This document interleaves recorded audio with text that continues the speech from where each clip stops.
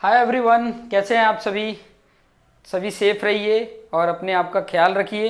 तो चलिए, आज का टॉपिक है, जैसे कि प्रीवियस लेक्चर में मैंने आपको बताया था कि लिमिट ऑफ इसेंट्रिसिटी क्या होती है। तो लिमिट ऑफ इसेंट्रिसिटी जो मैंने बताया था वही टॉपिक को मैं यहाँ पर डेफिनेशन के तौर पर लिख दिया हूँ। ये चीज़ें आप सीखेंगे और दूसरा टॉपिक सीखेंगे नो टेंशन कंडीशन। ठीक है, नो टेंशन कंडीशन सीखेंगे और एक टॉपिक ये सीखेंगे कि ई लिमिट क्या होता है। ई लिमिट भी बोलते हैं और लिमिट ऑफ इसेंट्रिसिटी बोलते हैं। तो यहाँ पर मैंने जो डेफिनेशन बताया था वही डेफिनेशन है। देखिए क्या बोला है, the maximum distance of load from the centre. ठीक है, the maximum distance of load from the centre of a column such that, इस तरीके से होना चाहिए, if load X within this distance there is no tension. No tension, tension ना produce होता हो उतने मैक्सिमम ई के वैल्यू। जैसे एक कॉलम है, मैंने आपको बताया था कि ये कॉलम है। ठीक है, ये आपका कॉलम है, ये उसका एक्सिस है। ठीक है, तो ई की यहाँ पर लोड है, मान लो पी। ठीक है, लोड का ई की वैल्यू, ये ई की वैल्यू की बात करें, ये मैक्सिमम हो, जिसके कारण ध्यान से समझना कि ये नो टेंशन, कॉलम में नो टेंशन आता, टेंशन आता ही ना हो। टेंशन आने का क्या रीजन होता है, जब सिग्मा मिनिमम की वैल्यू निगेटिव आए। ठीक है, अगर निगेटिव नहीं आती है तो नो टेंशन है। ठीक है, अगर सिग्मा मिनिमम की value is not negative then no tension, is not negative then क्या होगा, नो टेंशन होगा। कॉलम में अगर नो टेंशन कंडीशन आ रहा है, इट मींस ये लोड क्या है, ये लोड क्या है, ये जो डिस्टेंस है एक्सिस से और लोड के बीच का, इसको इसेंट्रिसिटी बोला जाता है। और ये मैक्सिमम, जहां पर ये मैक्सिमम से मैक्सिमम उतना हो जहां पर नो टेंशन आता हो, तो उसी को बोला जाता है, this maximum distance called as a limit of eccentricity, इसी को बोला जाता है। अब यहां पर थोड़ा सा देखिए, कुछ कंडीशन दिया हूं। When load is acting with in E limit, E limit मतलब इसका जो भी दायरा है इस दायरे के अंदर आ रहा है, with in E limit, E limit के, ये ई लिमिट है, ये ई लिमिट है, ये ई लिमिट है। मतलब ये तो मैंने ऊपर से ऐसे बताया, लेकिन इसके सेक्शन में है। ठीक है, इसके सेक्शन में, इसके सेक्शन में जो भी आता होगा उसके दायरे में आ रहा है। तो ये बोल रहा है कि when load is acting with in E limit, तो सिग्मा मिनिमम विल बी, क्या होगा, सिग्मा मिनिमम विल बी, जब ये क्या हो रहा है, ई लिमिट में ही है, तो sigma minimum will be positive, positive होगा। और पॉजिटिव का मतलब क्या होता है, कंप्रेसिव, कंप्रेशन नेचर का होगा, टेंशन नेचर का नहीं होगा। अब ये बोला है when load is acting at a point of E limit, E limit के पॉइंट पर होगा, तो सिग्मा मिनिमम जो होगा, sigma minimum will be zero. Sigma minimum क्या होगा, जीरो होगा। सिग्मा मिनिमम क्या होगा, जीरो होगा। सिग्मा मिनिमम क्या होगा, जीरो होगा। मतलब ई लिमिट के एकदम बाउंड्री पे है, ई लिमिट, ई की जो लिमिट की है दायरा है, उसके बाउंड्री पे अगर फोर्स लग रहे हैं तो सिग्मा मिनिमम, मैक्सिमम तो ऑलरेडी वो पॉजिटिव ही रहने वाला, कॉम्प्रेसिव रहने वाला है, मिनिमम में ही ज्यादा तामझाम है। जितना भी तामझाम कहाँ पे है, तामझाम समझ रहे हो ना, तामझाम मतलब जो भी उसका हम कैलकुलेशन कर रहे हैं, जो भी काम कर रहे हैं वो तामझाम हो गया। ठीक है, तो sigma minimum will be zero कब होगा, कि जब ई लिमिट के बाउंड्री पर ही वो लोड एक्ट हो रहा होगा। ठीक है, न्यूमेरिकल करेंगे तो आपको और अच्छे समझ में आ जाएगा। नेक्स्ट दूसरा जो इंपॉर्टेंट पॉइंट है वो समझने वाले हैं, वो चीजें हैं आपका नो टेंशन कंडीशन। ठीक है, नो टेंशन कंडीशन कब होगा, मतलब टेंशन आए ही ना, क्योंकि टेंशन आएगा तो उसके लिए अलग से कुछ क्राइटेरिया फिक्स करने पड़ेंगे। तो अभी यहां पर थोड़ा सा ध्यान देंगे, नो टेंशन कंडीशन, मैं हेडिंग यहां पर डाल रहा हूं, no tension condition, no tension condition. और इसी के बेस पर हम कोर और कर्नेल भी फाइंड आउट करेंगे, कोर एंड कर्नेल भी फाइंड आउट करके बताएंगे, अलग अलग सेक्शन लेकर आपको अच्छे से एक्सप्लेन करके बताऊंगा। तो देखो, नो टेंशन कंडीशन के लिए दो कंडीशन है जो सेटिस्फाई करनी चाहिए, दो कंडीशन। एक पहला कंडीशन क्या है, मैंने आपको पहले ही बताया था कि पहला कंडीशन क्या है, कि सिग्मा मिनिमम की वैल्यू क्या होनी चाहिए, सिग्मा मिनिमम की वैल्यू क्या होनी चाहिए, या तो जीरो हो या तो चलो थोड़ा सा मैं बता देता हूँ। सिग्मा मिनिमम की वैल्यू जो आ रही है या तो पॉजिटिव आए या तो जीरो आए। सिग्मा मिनिमम की वैल्यू क्या होनी चाहिए, ये होना चाहिए, जीरो से बड़ा हो या तो जीरो के क्या हो, इक्वल हो। सिग्मा मिनिमम की वैल्यू जीरो से बड़ा हो या तो इक्वल हो, ये होना चाहिए। पहला कंडीशन ये है।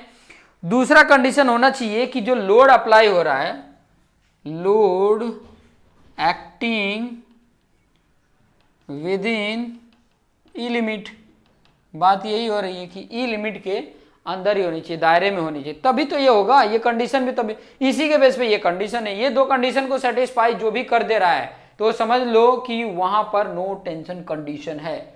वहां पर क्या है, नो टेंशन कंडीशन है। नो टेंशन कंडीशन के लिए सिंपल सा दायरा याद रखो कि जैसे मैंने बताया यहाँ पर कहाँ लोड पड़ रहा है, जिसके कारण देखो यहाँ पर लोड कोई अचानक से डालता है तो ये पोर्शन उठ जाता है। ऐसे कोई दबाएगा ना तो ऐसे हो जाते हैं, तो ये वाला पोर्शन मेरा क्या हो गया, उठ गया। यहाँ तो कंप्रेसिव, इतने भाग तो कंप्रेसिव दिखा रहा है, लेकिन इतने वाला पोर्शन क्या बता रहा है, टेंशन नेचर बता रहा है। ये ऊपर की तरफ लोड जा रहा है, ठीक है, तो ऊपर जा रहा है तो इसको रजिस्ट करने के लिए भी तो कुछ करना पड़ेगा, तो इस तरीके से हम करेंगे। अब कुछ रजिस्ट करने के लिए तो हमने लगाया नहीं है, ठीक है। जैसे कोई कॉलम है, अगर मान लीजिए कि इधर से ऊपर से ही खाली लोड लग रहा है, ऊपर से ही लोड लग रहा है, अब ये अगर ऐसे होगा तो ये क्या होगा, टूटेगा, ऑब्वियसली टूटेगा। तो कॉलम टूट गया है तो अच्छा थोड़ी ना हमारे लिए, तो हम उसी तरीके से उसका दायरा फिक्स करके रखेंगे कि इतने तक। जैसे आप कॉलम देखते हो ना, मैं आपको कॉलम का बताता हूँ, ये उसकी सलिया लगी होती है, ये देखिए इस तरीके का, ऐसे ऐसे करके ऐसे सलिया लगी रहती है। अब जब इसके ऊपर यहाँ तक तो मान लो कास्टिंग हो गया, ये आपका कॉलम होता है, कास्टिंग हो गया। जब इसके ऊपर कास्टिंग करनी होती है तो आप कैसे करते हो, यहाँ पर इस तरीके से देखो, आप देखोगे तो इस तरीके से करके ऐसे बेंड करके ऐसे लगा रहता है, ऐसे इसमें और इसमें इसे बाइंड कर दिया गया रहता है। आप देखे होगे तो आपको आइडिया होगा। यहाँ पर इस तरीके से लाते हैं और यहाँ पर इस तरीके का बेंड करके और इस तरीके से यहाँ पर इसको बाइंड कर देते हैं। इस तरीके से बाइंड किया रहता है, मतलब देखो इसका जो लोड, इसका लोड इसी पे ट्रांसफर हो जाएगा, मतलब इसका तो एक्सेल लोडिंग की तरह वर्क करने लग जाएगा। लेकिन फिर भी जैसे मान लीजिए कि कहीं पर इस तरीके से बाइंड कर दिए, यहाँ पर इस तरीके से बाइंड कर दिए, मतलब इनके बीच का, ये बीच का जो ई है उसका भी क्या होना चाहिए, उस दायरे में होना चाहिए, तभी तो ये कंप्रेसिव बताएगा इसके ऊपर। और जब उसकी कंप्रेसिव नहीं बताएगा तो कहीं कहीं ये बेंड होने का प्रॉब्लम रहेगा। तो ये चीजें ध्यान में रखेंगे, ठीक है, ये चीजें हमें क्या करना है, ध्यान में रखना। तो ये दो कंडीशन है। तो यहाँ पर जो मैं बता रहा था, ध्यान से समझिएगा कि जो मैं ये लिखता था सिग्मा मिनिमम, वो क्या लिखता था, डायरेक्ट स्ट्रेस और माइनस बेंडिंग स्ट्रेस। इसका फॉर्मूला क्या होता था, इसका फॉर्मूला जब हम लिखते थे तो क्या लिखते थे, सिग्मा मिनिमम की वैल्यू। ये देखो ये चीजें जो मैं बता रहा हूँ ध्यान से समझिए, ये सिग्मा मिनिमम की वैल्यू जो है वो चीजें बता रहा हूँ, पहले वो चीजें देख लीजिए। ये वैल्यू लिखता था P/A और इसकी वैल्यू लिखती था M/Z, ये लिखता था मैं, ठीक है। ये सिग्मा मिनिमम की वैल्यू है, ओके, सिग्मा मिनिमम की वैल्यू ये है, वो चीज़ें आप देख रहे हैं, ठीक है। अभी यहाँ पर ये चीज़ें मैं बता रहा था कि ये वैल्यू जो है ये या तो ग्रेटर होना चाहिए या तो इक्वल होना चाहिए किसके, जीरो के, ये होना चाहिए। और ये चीज़ें भी मैंने बताया था कि ये P/A है और साथ साथ में ये MZ को P/E/Z बोलते हैं, ये ग्रेटर है जीरो से। समझ में आ रहा होगा ये कंडीशन, यहाँ पर समझ में आ रहा होगा। अब मैं यहाँ पर थोड़ा सा ध्यान दीजिएगा, मैं अगर ये P और E को इधर कर दूँ, यहाँ पे P/A और ये माइनस उस तरफ जाके क्या हो जाएगा, पॉजिटिव हो जाएगा, P/E/Z, ठीक है, ये हो गया। ये चीज़ें समझ में आ रही।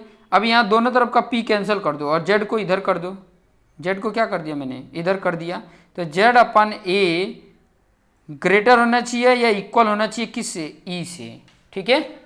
E की वैल्यू जो है, E की वैल्यू क्या होना चाहिए, थोड़ा सा ध्यान देंगे तो आपको आइडिया मिलेगा। E की वैल्यू क्या होना चाहिए, E की वैल्यू से Z/A की वैल्यू क्या होनी चाहिए, ज़्यादा होनी चाहिए या तो बराबर होना चाहिए। Z की वैल्यू क्या होनी चाहिए, बराबर होना चाहिए या तो इससे बड़ा होना चाहिए, ठीक है। Z/A की वैल्यू अगर क्या होना चाहिए, E की वैल्यू से या तो ज़्यादा हो या तो बराबर हो। मतलब अगर E की वैल्यू में, यहाँ पर थोड़ा सा ऐसे मैं लिख रहा हूँ, उल्टा लिख दे रहा हूँ, Z/A, यही कंडीशन बताता है नो टेंशन कंडीशन। E की वैल्यू क्या होना चाहिए, Z/A से क्या होना चाहिए, कम होना चाहिए या तो बराबर होना चाहिए, या E की वैल्यू से ये वाली वैल्यू क्या होनी चाहिए, बड़ा होना चाहिए। या तो इक्वल होना चाहिए। तो ई की वैल्यू जब हम फाइंड आउट करेंगे तो ये कंडीशन भी लेके तो कर सकते हैं ना। कम रहेगा, ई की वैल्यू कम रहे तो हमारे लिए अच्छा है कि कंप्रेसिव बताएगा, लेकिन मैक्सिमम कहां पे बताएगा, ई इक्वल टू जेड अपन ए आएगा तो बताएगा। ई की वैल्यू जेड अपन ए ही क्या बताएगा, उसका ई लिमिट बताएगा।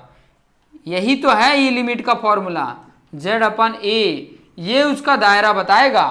जेड अपन ये कैलकुलेट अगर आपने कर लिया, ये कैलकुलेट, तो आपको पता चल जाएगा कि उसका दायरा क्या है, अलग अलग सेक्शन के लिए दायरा क्या है, वो चीजें आपको आइडिया मिल जाएगी। ई लिमिट इक्वल टू जेड अपन ए, यही लिमिट बताएगा कि कहां तक है उसका दायरा, कितने डिस्टेंस तक है।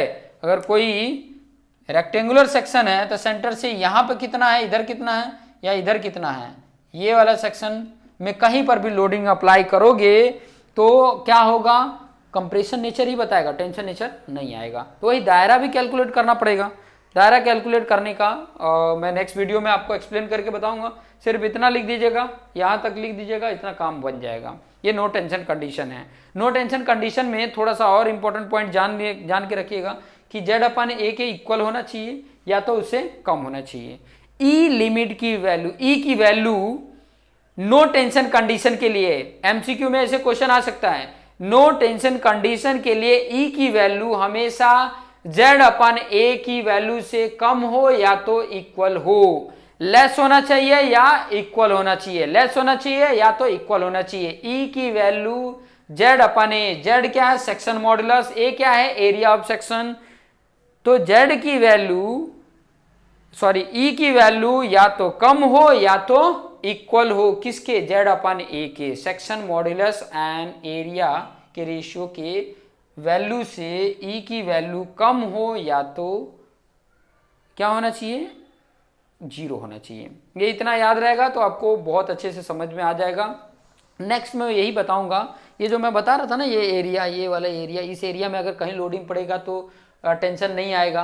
तो इसी एरिया को ही बोला जाता है कोर या तो कर्नेल बोला जाता है, ठीक है, इसी को बोला जाता है। तो ये चीज़ें भी मैं नेक्स्ट वीडियो में आपके सामने लेकर आऊँगा और आपको एक्सप्लेन करके बताऊँगा कि ये चीज़ें क्या हैं, कैसे इनको किया जाएगा, किस तरीके से सॉल्व किया जाएगा, कैसे फाइंड आउट किया जाएगा।